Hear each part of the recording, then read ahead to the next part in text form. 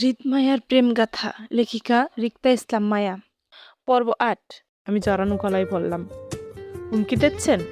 হুম, সত্যি বলছি। এবার বেশ জড়তা কাজ করলো আমার মাঝে, শীতল হয়ে আসলো আমার ভিতর। কি জন্য লোকটা আমাকে অকারণে অপমানিত করে বেড়ায় তাও জানি না, তবে নেতা সাহেব যে সুবিধার মানুষ না তার কথাবার্তা অবগত হয়ে গেলাম। এখন লোকটার সাথে কথা বাড়ানো মানেই নিজের ইজ্জতে আরো এক দফা ফালুদা বানানো। বলা তো যায় না, কখন না জানি রেখে তার ফেভারিট ডায়লগ বলে ওঠে, আউট। অন্যের বাড়িতে এসে যদি তার বাড়ি থেকে বেরিয়ে যেতেই বলে, এর থেকে অপমান দুনিয়ার আমার জন্য দ্বিতীয় কিছু হবে না বলে মনে হলো। এই জন্য নিজের ইজ্জত বাঁচাতে লোকটার সাথে আর কথা বাড়াতে চাইলাম না। সে যা বলে তাই ঠিক। উনি যদি রিফাত ভাইকে আমার বয়ফ্রেন্ড ভাবে তাহলে সেটাই ঠিক। ওনার ভুল ভাঙানোর দরকার নেই, বরং ভালোই ভালোই তার সামনে থেকে কেটে পড়াই উচিত মনে করে ভাষা ভাষা চোখে লোকটার দিকে তাকিয়ে মেয়েস্বরে বললাম, আমি বরং যাই, আমার ভাইয়া অপেক্ষা করছে। আমার কথায় তেমন কিছু বলল না, বরং কপাল কুঁচকে আমার চোখের দিকে তাকিয়ে রইল। লোকটার হঠাৎ তীক্ষ্ণ দৃষ্টি দিয়ে আমি বেশ ইতস্ত বোধ করলাম। এইভাবে আমার চোখে তাকিয়ে কি দেখছে তাও বুঝতে না পেরে দৃষ্টি নত করলাম। আমি হালকা নড়ে চড়ে এদিক সেদিক দৃষ্টি ঘুরিয়ে বললাম, আমি যাই। তৎক্ষণাৎ লোকটার গম্ভীর কণ্ঠ আসলো আমার কানে, লুক এট মি। চমকে ওনার দিকে তাকালাম। ওনার কথার মানে বুঝতে না পেরে অবুঝ গলায় বললাম, জি। আমার চোখে? তোমার চোখে ওইটা কি? ওনার কথায় তৎক্ষণাৎ হাত গেল চোখে। ভাবলাম হয়তো কিছু চোখের উপর পড়ছে, এই জন্য উনি বলছে চোখে কি। আমি নিজের চোখের উপর আলতো হাত বুলিয়ে জিজ্ঞেস করলাম, কোনটা? আমার কথাই উনি উত্তর না করে চুপ করে রইল। তবে ওনার তীক্ষ্ণ দৃষ্টি তখনও আমার ডান চোখের ভিতরে। তার তীক্ষ্ণ দৃষ্টির অদ্ভুত ঠেকলো আমার কাছে। আমি লোকটার দৃষ্টির মাঝে আবারও চোখে হাত বুলিয়ে একই প্রশ্ন করে বললাম, কোনটা? আউট। বেশ চমকে উঠলাম আমি। আউট মানে? এবার আমি কি করেছি? হঠাৎ কি হলো ওনার? অবাক হয়ে বললাম, মানে? I said out of my home. এবার বেশ কিছুটা জোরে হুঙ্কার ঝাঁকলো আমার উদ্দেশ্যে। ওনার হঠাৎ হুঙ্কার ছাড়া কথাই মুহূর্তে কেঁপে উঠলাম আমি। অপমানের ঘোরে চোখের জল গড়ালো তৎক্ষণাৎ। অতি কষ্টে চেপে রাখা অভিজ্ঞতা নেই আমার, তাই বৃথা চেষ্টা করে দুহাতে মুখ চেপে ধরলাম কান্না থামাতে।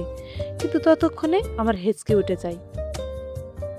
হালকা শরীর নড়ে উঠছিল আমার অনবরত হেঁচকিতে, কিন্তু তারপরে তীব্র কান্নার জায়গায় ছেড়ে চলে যেতে পারছিলাম না অপমানে লজ্জিত হয়ে।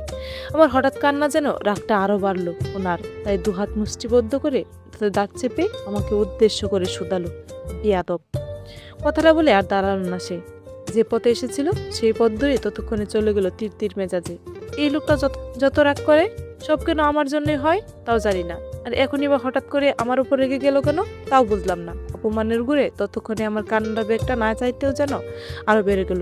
আমি কিছু না করে লোকটার কাছ থেকে বেয়াদব টেক পেলাম, অথচ লোকটা বরাবরই আমাকে অপমান করে, তাও আমি আদব কায়দার মানুষ, আর আমি বেয়াদব। সেদিন প্রচন্ড অপমানে অপমানিত হয়ে রিফাত ভাইকে নিয়ে ফিরেছিলাম বাসায়। আমার সঙ্গে অবশ্য জুয়েছিল। আরিফ ভাই আমার সাথে আসতে পারেনি কারণ কোচিংয়ে স্যাররা নাকি কি নিয়ে আলোচনা সভা করবে রিত খানের পরিবারের সাথে। এজন্য আরিফ ভাই সেদিন বেশ রাতে ফিরেছিল সেখান থেকে। কিন্তু আমার কান্নাকাটি দেখে রিফাত ভাইকে নিয়ে জুইকে তখনই পাঠিয়ে দিয়েছিল বাসায় আমার সাথে। আমার হঠাৎ কান্নার কারণটা অবশ্য জানতে চেয়েছিল সবাই। উত্তরে আমি শুধু পেটে ব্যথার কারণ বলে চালিয়ে দিয়েছিলাম তখন। রিত খানের দাদাবাড়ি থেকে আসার সময় রিত খানকে আর কোথাও দেখিনি। ইভেন এখনো তার সাথে আমার দেখা হয় না। সেদিন অপমানের কথা আমি বলিনি, এজন্য অদৃশ্য অপছন্দের দেয়াল তৈরি হয়েছে রিত খানের প্রতি আমার। বলতে গেলে প্রচন্ড অপছন্দের অনীহার মানুষ রিত খান আমার জীবনে, এজন্য তাকে ঘিরে আজকাল আমার মধ্যে তীক্ষ্ণতা কাজ করে। তাছাড়া সেদিনের পর থেকে রিত খানের সাথে আমার দেখা হয় না আজ 14 দিন। ওনাকে বাড়ি থেকে আসার একদিন পরই ওনাকে আমাদের কলেজের গাড়ি দিয়ে ঢুকতে দেখেছিলাম আমি। কি কাজে এসেছিল জানি না, তবে চলে যাওয়ার সময় প্রিন্সিপাল স্যারকে দেখলাম সাথে। আমাকে অবশ্য দেখেনি কারণ আমি তার ক্লাসে ছিলাম। তৃতীয় তলা ভবনে দ্বিতীয় তলা বারান্দায় বান্ধবীদের সাথে দাঁড়িয়েছিলাম বলে ওনাকে দেখতে পেয়েছিলাম। তবে ওনাকে দেখে আমি নিজেকে যতটা পারি আড়াল করে রেখেছিলাম, কারণ আমার ছোট্ট মনে বেশ অনীহার জং ধরেছিল রিত খানের জন্য। বিশেষ করে লাস্ট যখন ওনার বাড়ি থেকে আমাকে অপমান করে বেরিয়ে যেতে বলল তখন থেকেই। এরপর থেকে রিত খানকে নিয়ে আর ভাবতে বসিনি আমি। তবে এসবের মাঝেও আমার অচেনা স্বামীর খোঁজ করছিলাম আমি। দুর্ভাগ্যবশত তার খোঁজ আজও পেলাম না, কারণ হাফেজ সাহেবের নাম্বার এখনো বন্ধ পাচ্ছিলাম। তাই হতাশায় আজকাল হাফেজ সাহেবকেও কল করা কমিয়ে দিলাম। বলতে গেলে এক এক একেবারে কল করা হয় না ওনাকে। তবে মনে মনে ঠিক করলাম এবার বাড়িতে গেলে বান্ধবীদের নিয়ে আবারও যাব নরসিংদী হাফেজ সাহেবের বাড়িতে। এবার হাফেজ সাহেবকে খোঁজ করব সুমন থেকে। কেন হাফেজ সাহেবের নাম্বারে কল যায় সেটাও জানতে চাইবো। তবে এবার হাফেজ সাহেবকে খুঁজে একা করব না, সাথে সুমন নামে ছেলেটির ফোন নাম্বারও নিয়ে আসবো। কারণ আজ যদি সুমন নামের ছেলেটির নাম্বারটা বুদ্ধি করে নিয়ে আসতাম, তাহলে এখন ফোন করে অবশ্যই জানতে পারতাম তার বাবার ফোনে কল যায় না কেন সেটা। আসলে চোর গেলে বুদ্ধি হয়, একটা কথা আছে না, ঠিক তেমনই হয়েছে আমার বিষয়ে। আমরা কেউ বুদ্ধি করে সুমন নামক ছেলেটির নাম্বার নেয়নি। ভাবলাম সেখানে হাফেজ সাহেবের নাম্বার আছে, সেখানে অযথা সুমনের নাম্বার দিয়ে কি করব। অথচ এখন বুঝতে পারছি আসলে সবাই প্রয়োজন হয়। তখন বোকামি না করলে এখন আবারও যেতে হতো না নরসিংদীতে।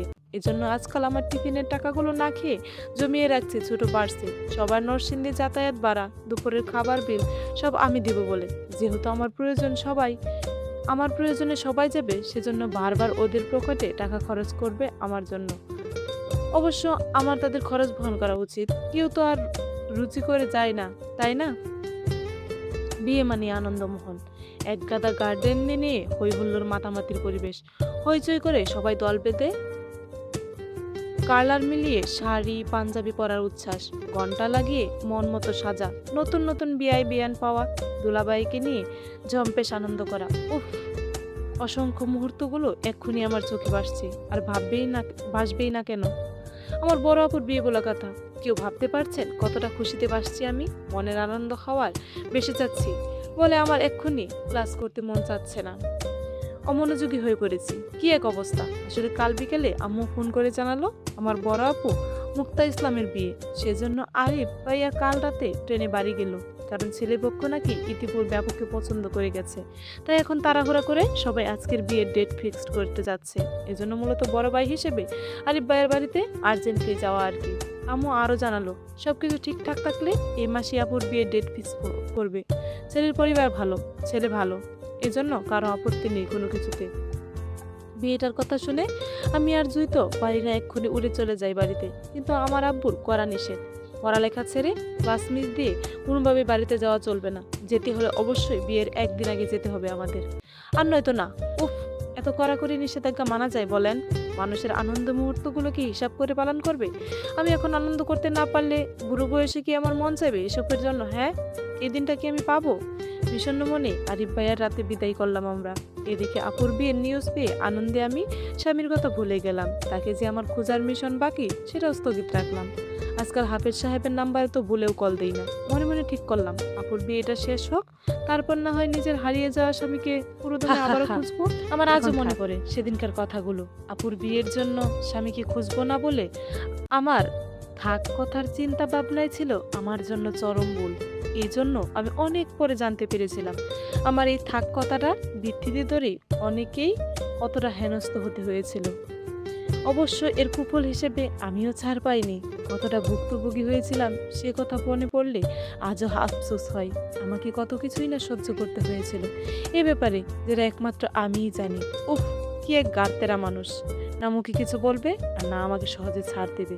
কোনো কিছু মন মতো না হলেই আমার সাথে গাড়তেরামি শুরু করবে, যতক্ষণ না পর্যন্ত তার মন মতো হচ্ছে সবকিছু। মোট কথা, তার আমির আরেক নামই হলো আমার ব্যক্তিগত সে। হা হা হা। দুপুরের তপ্ত রোদে যখন চারপাশে সবকিছু খাকা করছিল, সেই তপ্ত রোদে অতিষ্ঠ হয়ে একদল শিক্ষার্থীরা ক্যান্টিনে বসে আড্ডা দিচ্ছে, হাতে স্পিড ক্যান নিয়ে। টেবিলে গুল করে সিনিয়র ছাত্রছাত্রীরা বসে আড্ডায় আসর মেতে। সিনিয়রদের ভিড়ে আমরা জুনিয়ররা মোটামুটি শান্ত ভেবে বসে আছি খাবার অর্ডার দিয়ে। আসলে এই মুহূর্তে কলেজের ক্যান্টিনে বসে আছি আমি। আমার সাথে একই টেবিলে জুই, শ্রেয়া আর নাদিয়া বসা। নাদিয়া আমাদের নতুন ফ্রেন্ড। কিছুদিন হলো সে আমাদের সাথে উঠা বসা করছে। মেয়েটি খুব ভালো, ওর সঙ্গ আমাদের অনেক হাসায়। তার জন্য হুশ করেই ফ্রেন্ড বানিয়ে ফেললাম। আমাদের এখন টিফিন টাইম চলছে। বর্তমান সময় 12:45। টিফিন টাইম শেষ 1:30। আমাদের হাতে আরও 45 মিনিট সময় আছে বলে সবাই কলেজ ক্যান্টিনে বসে এটা সেটা অর্ডার করে খাচ্ছে। আমিও খাবো, তবে সেটা আমার টিফিন বক্সে আনা নুডলস হবে। বাকিরা সবাই সিঙ্গারা, সমোসা, ঠান্ডা, কোল্ড কফি অর্ডার করছে নিজেদের জন্য। আমি বাসা থেকে টিফিন নিয়ে আসার প্রধান কারণ হলো নিজের পকেট খরচ জমাচ্ছি স্বামী খোঁজার জন্য। এই জন্য গাড়ি ভাড়া ছাড়া বাড়তি 1 টাকাও খরচ করি না এদিক সেদিক। কিন্তু জুই কেন টিফিন বক্স বহন করে না? কারণ ওর পকেট খরচ টাকা সবটাই ক্যান্টিনে বসে খরচ করে। তবে ওর একা নিজের জন্য কোনো কিছু অর্ডার করে না, আমার জন্য সমান সমান অর্ডার করে দেয় সব কিছু। ঠান্ডা অর্ডার করলে দুটো করবে, কোল্ড কফি অর্ডার করলে দুটোই করবে, আবার সিঙ্গারা অর্ডার করলেও আমার জন্য সমান সমান করে অর্ডার করবে। এজন্য মূলত আমি নিজের পকেট খরচ বাঁচিয়ে রাখতে পারি। বড় বোন থাকলে এই এক সুবিধা নেওয়া যায় ওদের থেকে। হোক জুই আমার 6 মাসের বড়, তাতে কি, বড় বোনের দায়িত্ব পালন করতে বিন্দুমাত্র কিছু হয় না ও। খাবার অর্ডার করি, সবাই বসেছিলাম। আমি আশেপাশে একটু তাকিয়ে ব্যাগ থেকে টিফিন বক্স বের করে টেবিলের উপর রাখতেই শ্রেয়া আমার হাত থেকে টিফিন বক্সটা কেড়ে নিজের হাতে নিতে নিতে বলল, আজ কি এনেছিস তুই? আমি কিছু বলার আগেই জুই বলল, নুডলস বানিয়েছিলাম সকালে, দে একটা চামচ দে তো। আমি ব্যাগ খুলে এক্সট্রা চামচ বের করলাম, কারণ রোজকার কাণ্ড এটা। আমার একটা টিফিন বক্স 4 জনে ভাগ করে খাই। আমি চামচ বের করে 3 জনকে 3টা দিয়ে নিজের জন্য একটা রাখলাম। আমার ব্যাগটা পাশের চেয়ারে রেখে ওদের দিকে তাকাতেই দেখলাম সবাই ইতিমধ্যে খাওয়া শুরু করে দিয়েছে টেবিলের মধ্যস্থ বক্সটা রেখে। আমি সেখান থেকেই 1 চামচ মুখে তুলতেই নাদিয়া নুডলস খেতে খেতে বলল, মায়া কাল পিঠা বানিয়ে আনিস তো টিফিন বক্সে করে। তুই বক্স থেকে 1 চামচ নুডলস মুখে দিতে দিতে নাদিয়াকে উত্তর করলো, ও পিঠা পছন্দ করে না, এজন্য ও পিঠা খায় না, বানায়ও না। জুয়ের কথায় হাজারি করে বলে উঠল শ্রেয়া, কি সর্বনাশ, পিঠা পছন্দ করে না এমন পাবলিক দুনিয়াতে আছে? এই মায়া, তুই পিঠা পছন্দ করিস না কেন? শ্রেয়ার আহাজারিতে নুডলস চিবাতে চিবাতে বললাম, কোনো কারণ নেই, এমনি ভালো লাগে না আর কি। কি বলিস এসব দোস্ত? তাহলে তো চট্টগ্রামে স্থানীয় পোলাপাইনদের সাথে প্রেম করার বিয়ে দুটাই করতে পারবি না, দুটোতেই তোর জন্য হরতাল। এত বড় কলেজে পড়েও যদি চট্টগ্রামে একটা প্রেম করতে না পারিস তাহলে ইজ্জত থাকবে বল? শ্রেয়ার কথায় নাদিয়াও সম্মতি জানায়, কথাগুলো বলল, কারণ দুজনেই চট্টগ্রামের স্থানীয় বাসিন্দা। তবে জুই খানিকটা আপত্তি করে নাদিয়ার কথার উত্তরে বলল, পিটার সাথে প্রেম বিয়ের কি সম্পর্ক ওর? জুয়ের কথায় আমি সহমত প্রকাশ করলাম না, বরং চুপ করে নাদিয়ার কথার মানে খানিকটা বুঝতে পারলাম, কারণ আমার নিজের নানুর বাড়ি ওই চট্টগ্রামে। এজন্য আমি জানি চট্টগ্রামের কালচার কেমন। এরা যে কতটা সমাজবাদী মানুষ সেটা না বললাম আর নাই বললাম। এখানে স্থানীয় মানুষদের ভাড়াটিয়া জমিদার বলে সম্বোধন করে, অহংকার তাদের রক্তের শিরায় শিরায় ধার্য। শ্রেয়া নুডলস চিপুতে চিপুতে জুয়ের কথার উত্তরে বলল, পিঠার সাথে মায়ের কোনো সম্পর্ক না থাকতেও পারে, তবে পিঠার সাথে এই চট্টগ্রামবাসীর গভীর সম্পর্ক রয়েছে, বুঝলি? চট্টগ্রামে এমন কোনো পাবলিক খুঁজে পাবি না তুই যারা পিঠা পছন্দ করে না। এমনকি চট্টগ্রামের বিশেষ রীতি হলো তারা মেহমানদারি করতেও সর্বপ্রথম তাকে পিঠা নাস্তা দিবে বিভিন্ন রকমের। এখানে তুই যত বেশি পিঠার আইটেম বানিয়ে মেহমানদারি করবি তুই তত বেশি সমাজওয়ালা লোক হবি। অন্যান্য এলাকার মানুষ শখের বসে মন চাইলেও মাসে বছরে পিঠার সিজনে পিঠা বানিয়ে তারা খেতে স্বাচ্ছন্দ্য বোধ করে, কিন্তু এই চট্টগ্রামের মানুষদের বাসায় তুই অতি 12 মাসই উৎসব পাবি। সকালে বা বিকেলে নাস্তায় মাস্ট বি পিঠার নাস্তা থাকবে। মোট কথা এখানকার ছেলেদের বউদের অবশ্যই পিঠা বানানোর মতো বড় গুণ থাকতে হবে, নয়তো শ্বশুরবাড়ি মানুষের খোঁটা ফ্রিতে শুনতে হবে যে তোমরা সমাজ জানো না। আর যদি তুই চিন্তা করিস যে এখানকার ছেলেদের সাথে প্রেম করবে, তাহলেও তাকে পিঠার বিভিন্ন নাস্তা বানিয়ে পারদর্শী হতে হবে, কারণ এরা 2 দিন পর পর তোর কাছে পিঠা খাওয়ার আবদার রাখবে। এজন্য বলছিলাম, যদি চট্টগ্রামে প্রেম বা বিয়ে করতে চাস তাহলে পিঠা অবশ্যই বানানোর মতো বড় গুণ অবশ্যই থাকতে হবে, মাস্ট। চেয়ার দীর্ঘ কথা ইটি টানতেই আমি মাছে তাড়ানোর মতো বাতাস করলাম মুখের সামনে। বেশ কনফিডেন্স নিয়ে বললাম, তাহলে তুই নিশ্চিত থাক, এই শহরের মানুষের সাথে আমার কিচ্ছুই হবে না, কারণ আমি বিয়ে করার হলে অবশ্যই আমাদের এলাকায় কাউকে দেখে করব।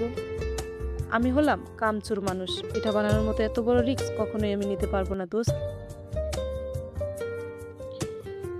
তাছাড়া ধ্রাম শব্দে টেবিল সহ নুডলসের বাটি ছিটকে পড়লো আমার গায়ে। চেয়ার সহ তৎক্ষণাৎ উল্টে পড়লাম ফ্লোরে। আমার কোমরের উপর পড়লো কাঠের টেবিল। আহত হলাম বেশ। ব্যথায় যখন কুকরিয়ে উঠলাম তখন কেউ একজন আমাকে পুনরায় ব্যথা দিচ্ছে। আমার হাতের উপরে পড়লো রক্তাক্ত অবস্থায়। সেকেন্ডের মাঝে চারপাশে হই হুল্লোড় লেগে গেল। আড্ডার মহলটা মুহূর্তে টান টান উত্তেজনা চেয়ে গেল। বিষণ্ণ ভয়ার্থ হলো পরিবেশটা, কারণ আকম্পিত ঘটনার প্রভাবে আমি তখনও বুঝে উঠতে পারছিলাম না হঠাৎ কি হলো আমার সাথে, আর কেনই বা আমি ফ্লোরে পড়ে গেলাম। অতি সশব্দে তবদা মেরেছিলাম। চারপাশে কি হচ্ছিল কিছুই বুঝে উঠতে পারছিলাম না, শুধু কিছু মানুষের চিৎকারের গুঞ্জন শুনতে পাচ্ছিলাম। আমি মাথা তুলে শূন্য দৃষ্টিতে পাশে তাকালাম। দেখলাম এক যুবক আমার বাম হাতের উপর রক্তাক্ত অবস্থায় কাতরাচ্ছে, মাথা নিয়ে ছটফট করছে মৃত্যুর যন্ত্রণায়। ছেলেটির মাথা, কপাল, নাক, ঠোঁট পেটে গলগল করে রক্ত ঝরছে, অথচ কেউ এগিয়ে আসছে না ছেলেটির সাহায্য করতে। রক্তে আমার সাংঘাতিক ফোবিয়া, যার দারুণ তখনই বাকশক্তি হারায় কথা বলা থেকে। কষ্ট করে যখন মুখে কিছু বলতে পারছিলাম না, শুধু ঘরঘর শব্দ হচ্ছিল, তখনই বুঝতে বুঝতে পারলাম আমি কথা বলার শক্তি হারিয়েছি। জুই, শ্রেয়া, নাদিয়া ওরা কোথায় ছিল তা বুঝে উঠতে পারছিলাম না, কারণ আমার চারপাশের পরিস্থিতিটা হঠাৎ করে এতটা ভয়াবহ হয়ে গেল যে চারপাশে শুধু চাপা হাহাকারের চিৎকার বেশি আসছিল আমার কানে। আমি শূন্য মস্তিষ্কে আবারও আমার সামনে পড়ে থাকা ছেলেটার দিকে তাকালাম। শরীরে তার অসংখ্য আঘাতের চিহ্ন, কেউ মেরেছে, বেদম বোঝাই যাচ্ছে। দৃষ্টি আমার তখনও আহত ছেলেটির দিকে।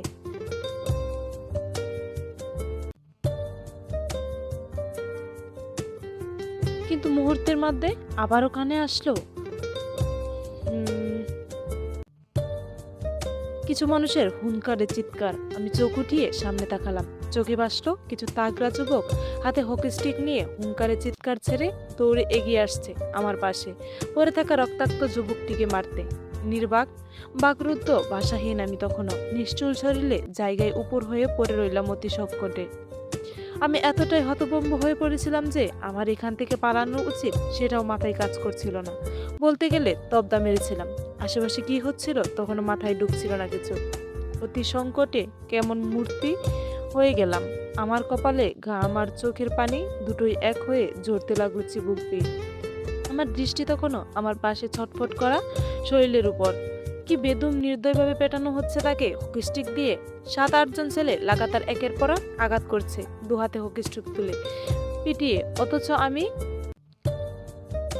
তাদের পাশেই পড়েছিলাম। সবকিছু এত দ্রুত ঘটছে যে আমি সুস্থ মস্তিষ্কে কিছু ভাবার মতো সময় পাইনি। তবে একটা সময় দেখলাম সবকিছু কেমন শান্ত হয়ে গেছে। রক্তাক্ত ছেলেটাকেও আর পিটানো হচ্ছে না। সবাই কেমন দুপাশ করে দাঁড়ালো আহত ছেলেটিকে ঘিরে, যার কারো আসার কথা অপেক্ষা তাদের। ঠিক তারপর মুহূর্তে বুঝলাম আমার উপর থেকে কারা যেন কাঠের শক্ত টেবিলটা সরিয়ে আমাকে টেনে ধরে ফ্লোর থেকে উঠাচ্ছে। আমি বাকরুদ্ধ হয়ে শূন্য চোখে পাশে তাকিয়ে দেখলাম জুই কান্নাকাটি করছে আমাকে আঁকড়ে ধরে। হঠাৎ জুই কেন কাঁদছে তখনও বুঝলাম না, তবে আমি দাঁড়ানোর শক্তি পাচ্ছিলাম না। হয়তো পায়ে আর কোমরের লোহার আর কাঠের সংমিশ্রণে টেবিল চেয়ারে বাড়ি খেয়েছি বলে তাই। এজন্য জুইয়ের সাথে সাথে আমাকেও আঁকড়ে তুললো শ্রেয়া আর নাদিয়া। টেনশনে জুই বারবার কাঁদতে কাঁদতে শ্রেয়াকে কিছু একটা বলছিল। আমি কথাগুলো শুনতে পারছিলাম কিন্তু বুঝতে পারছিলাম না। জুই বরাবরই বলছিল শ্রেয়া এখান থেকে ওকে বের করতে হবে, অনেকটা রক্ত বের হচ্ছে ওর, প্লিজ কিছু একটা কর, ওর রক্তফোবিয়া আছে, বেশিক্ষণ এখানে থাকলে সমস্যা হবে। জুয়ের হাজারিতে কথাগুলো কানে আসছিল কিন্তু বোঝার মতো পরিস্থিতি ছিলাম না, কারণ আমার দৃষ্টি ততক্ষণে গিয়ে ঠেকলো সামনে গম্ভীর মুখের হৃদ খানের উপর। কি দারুণ শান্ত ও গম্ভীর তার মুখখানা। ওনাকে দেখে মনে হচ্ছে এখানে বর্তমানে পরিবেশটা বেশ শান্ত শীতল, এজন্য তিনিও গম্ভীর সুখ পালন করতে এসেছে। অথচ ওনার বাম হাত থেকে গল গল করে রক্ত ঝরছিল। ধবধবে সাদা পাঞ্জাবিটাতেও রক্তের ছিটাফিটা ছিল। নিশ্চয়ই মারামারি করতে গিয়ে এ অবস্থা হয়েছে তার। হবার কথা। আমার সাথে প্রথম দেখায় উনি ওনার দাদা বলেছিল হৃদখানের মুখে কম, হাত চলে বেশি। আজ তার নিজ চোখে দেখলাম। উনি হয়তো তখন আমাকে লক্ষ্য করেননি। ওনার পেছনে বেশ কিছু বডিগার্ড সহ আসিফ নামক লোকটাও দাঁড়িয়ে। তখনই হুকিস্টেক হাতে এক যুবক হৃদখানের উদ্দেশ্যে বলে উঠল, ভাই একবার বলেন এর কি করব? শালারে পুলিশে দিয়া কিচ্ছু হবে না, 2 দিন পর ঠিকই বের হয়ে যাবে। তার যে বলেন ওরে মেরে ফেলি, শালার সাহস কিভাবে হয় আপনারে আঘাত করার? একজনের কথায় সায় জানালো আরেকজন। পাশ থেকে অন্যজন ঠিকই ক্ষিপ্ত ভঙ্গিতে ওনার উদ্দেশ্য বলল, জি ভাই, শুধু একবার বলেন শালার বিষ দাঁত বাহির করি মাইরা। এ কত বড় সাহস, আপনারে মারতে আসে, আবার আপনার বাপের সাথেও বেয়াদবি করছে। শালারে মন চাচ্ছে। ছেলেটির কথা থামাতে হই হুল্লোড় করে বাকিরাও সম্মতি দিল। আহত ছেলেটি পুনরায় এলোপাথারি লাথি মেরে আঘাত করতে নিষেধ করলো উনি। বেশ শান্ত দৃষ্টিতে রক্তাক্ত ছেলেটির দিকে তাকিয়ে বেশ গম্ভীর মুখে ডান হাত দিয়ে বাম হাতের পাঞ্জাবির হাতা গুটাতে গুটাতে বলল, দেখ আমি সহজ সরল মানুষ, বেশি কাহিনী বুঝি না। এমনি আমার সমাজে অনেক বদনাম। এছাড়া মানুষ নিজের এলাকায় সবাই বাঘ হয়, কিন্তু সিংহ তো তখনই হবি যখন তোরা ওর এলাকা ওরই নেতার দুয়ারে গিয়ে মেরে আসবি। আমার মনে হচ্ছে আমার ছেলেরা সিংহের থেকেও কম নয়। বাকি তোদের সেফটি সিকিউরিটি আমার হাতে। হৃদ খানের বলতে দেরি, হই হুল্লোড় করে ছেলেরা সম্মতি জানাতে দেরি হয়নি। কি নিদারুণ নিষ্ঠুর মানুষ হৃদ খান। কারো আঘাতে মন নরম হলো না ওনার। অজর রক্তে স্রোত দেখেও বিন্দুমাত্র ঘাম জ্বলল না তার কপাল বেয়ে। কতটা পারদর্শী হলে মানুষ এমন শক্তপোক্ত হয়ে দাঁড়িয়ে থাকতে পারে তা তার জানা নেই। ওনার লাঠিয়ান বাহিনী যখন আহত ছেলেটিকে দরাদরি করে তুলে নিয়ে যাচ্ছিল, তখনই ওনার বেখেয়ালি দৃষ্টিতে ফিরলাম আমি। সে আরো কিছু বলতে গিয়েও থেমে গেল আমাকে দেখে। তার শান্ত দৃষ্টি হঠাৎ কুঁচকে এলো যখন দেখলো আমাকে জয়, শ্রেয়া আর নাদিয়া আঁকড়ে ধরে দাঁড়িয়ে আছে। তখন তার তীক্ষ্ণ দৃষ্টি আবারও বলল আমার পা থেকে মাথা অবধি। হয়তো দেখছে তার দয়ায় আমার আহত শরীরটার পরিণতি। এবার নিশ্চয়ই খুশি হবেন তিনি। হবার কথাই। এতদিন শুধু মুখে অপমান করতো, আজ শরীরে আঘাত করতে পেরেছে বলে আজ খুশির দিন হবার কথা। কারণ আমি তো তার শত্রুর দলের একজনই। সে তো আমাকে তার শত্রু মনে করে আসছে এতদিন। আর শত্রুর আহতে মানুষ খুশি হয়, তাই সেও হচ্ছে। এই নিয়ে পঞ্চমবারের মতো তার সাথে আমার দেখা। প্রতিবারের চেয়ে এবার পরিস্থিতিটা ভিন্ন। এবার অপমানের সাথে সাথে তার হিংস্রের শিকার হয়েছি আমি সমানভাবে। আমার সারা শরীরে নুডলস মাখো মাখো। সাদা কলেজের ড্রেসটা রক্তে আর নুডলসের তেলে মাখো মাখো। জুই কেঁদে কেঁদে আমার শরীর থেকে নুডলস ফেলছে আর বারবার কিছু একটা বলছে আমার উদ্দেশ্যে। আমি সঠিক বুঝতে পারছি না, কারণ আমার নিশ্চল দৃষ্টি তখন হৃদ খানের তীক্ষ্ণ দৃষ্টির উপর। উনি আমার চেহারা এত কি দেখছে বুঝলাম না। তবে জুই হঠাৎ করেই আমার কপালে কিছু একটা চেপে ধরতেই তীব্র ব্যথা অনুভব করলাম আমি সেখানে। ধ্যান ভাঙলো আমার, মস্তিষ্ক সচল হলো। কপালে আলতো হাত বুলিয়ে হাতটা চোখের সামনে ধরতেই বুঝলাম আমার কপাল কেটে যাওয়ার এমন বিলাপ করছে জুই। কিন্তু হঠাৎ করে আমার কপালটা কাটলো কিভাবে? ভাসা ভাসা চোখে নিচে তাকিয়ে দেখলাম আমার হাতে কাঁটা চামচে রক্ত লেগে আছে, ফ্লোরে পড়ে আছে। বুঝতে পারলাম তখন উল্টে পড়ে যাওয়াতে সেটা দিয়ে হয়তো কপাল কেটেছে আমার। এত সব রক্তাক্ত কাহিনী দেখে এতক্ষণ ঠিক থাকলেও এবার নিজের রক্ত ঝরা দেখে শরীর ছেড়ে দিলাম।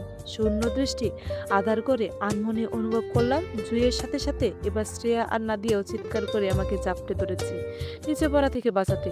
তারপর তারপর কি হলো আমার মনে নেই। আর না কোনো কিছু বোঝার মতো পরিস্থিতি ছিলাম।